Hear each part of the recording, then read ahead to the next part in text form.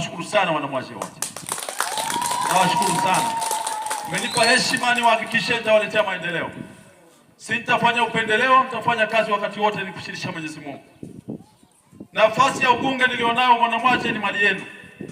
Nitafanya kazi kwa maelekezo yenu, sitawabagua, nitawaunganisha. Hawa wananchi wametupa imani, hawataki kudanganya. Tuwe wawazi, tulete miradi na wawe wazi kuhoji miradi ya maendeleo katika maeneo yenu. Wanahitaji maendeleo. Changamoto zinazowakabili wapo wasemea ni mimi na wewe. Tusimame na tusijivune kwa nafasi zetu, tukiamini ni za kwao. Tukishauriwa tushaurike, tukikosolewa tukosoleke, na ndio wajibu wetu. Ndugu zangu, niko bungeni. Nipo bungeni kuwakilisha changamoto za Kalambo na nyingine tulizitaja wakati wa kampeni. Nimekuja kwa dharura, lakini mheshimiwa diwani, tutafanya ziara rasmi mwezi wa 7.